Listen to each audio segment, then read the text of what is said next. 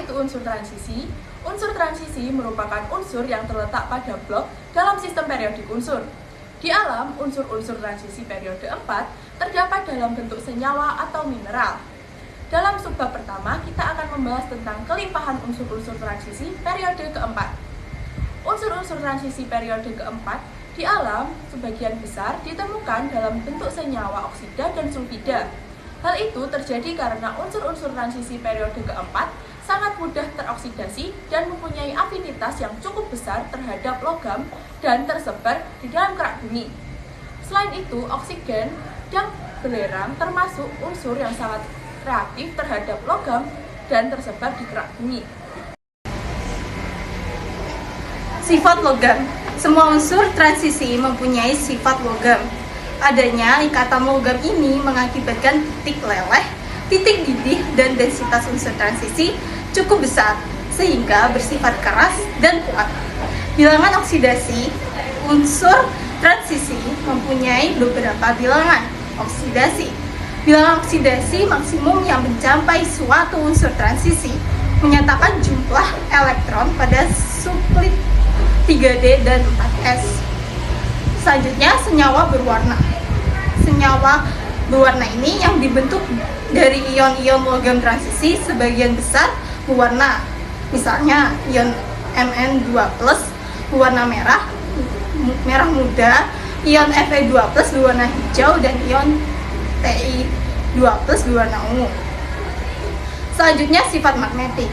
Berdasarkan sifat magnetik, unsur-unsur transisi pada periode 4 dikelompokkan menjadi diamagnetik, paramagnetik, dan ferromagnetik. Selanjutnya, ion kompleks. Ion kompleks merupakan gabungan antara ion logam pusat dengan molekul atau ion-ion lain yang disebut ligan.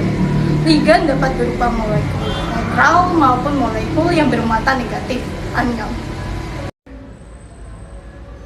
Berikut saya akan jelaskan tentang tata nama senyawa kompleks. Penamaan senyawa urut dari nomor 1 sampai nomor 5. 1 muatan, 2 bilangan koordinasi, 3 ligan, 4 atom pusat, dan 5 bilos atom pusat. Atom pusat terdiri dari 1 kation nama asli, 2 anion akhiran -at. Ligan terdiri dari 2 macam, yaitu 1 netral nama asli, 2 negatif akhiran O. Batas koordinasi antara lain 1 mono, 2 di, 3 tri, 4 tetra, 5 penta, 6, dan seterusnya. Contoh tata nama 1 dalam kurung Cu dalam kurung NH3 4 plus 2 dibaca ion tetramina cuprum 2. Pada subbab ketiga, kita akan membahas mengenai pembuatan, kegunaan, dan dampak unsur golongan transisi periode 4. Yang pertama ada skandium. Logam skandium diperoleh dari elektrolisis cairan SgCl3 yang dicampurkan dengan molekul lain. Skandium digunakan sebagai komponen pembuatan lampu.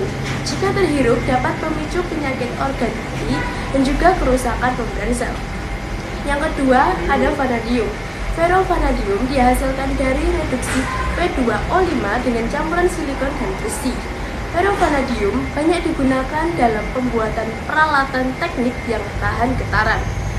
Efek akut dari vanadium adalah dapat memicu iritasi paru-paru, tenggorokan, dan juga mata.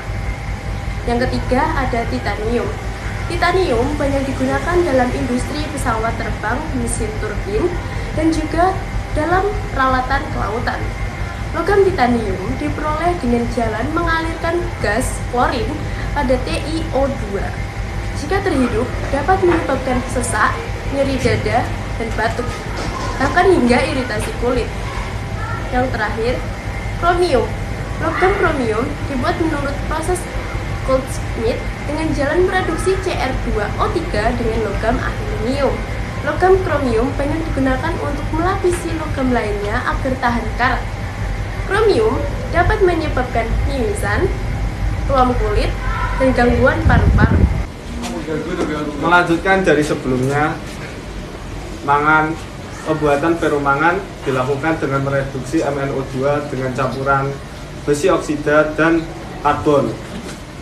Mangan adalah bahan pembuatan mesin dan alat berat. Mangan dapat mengakibatkan Parkinson dan bronkitis. Selanjutnya, kobalt. Kobalt digunakan untuk membuat paduan logam. Isotop radioaktif kobalt digunakan dalam pengobatan kanker.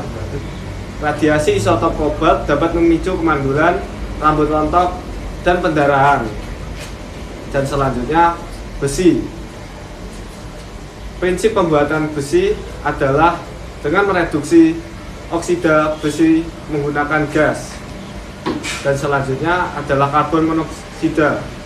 Oksida besi hanya digunakan sebagai bahan pembuatan perangkat elektronik. Dan selanjutnya nikel. Nikel merupakan logam putih mengilap seperti perak dan dapat digunakan sebagai penghantar panas atau listrik yang baik. Paparan nikel dapat mengakibatkan kanker paru-paru, kanker hidung, dan asma.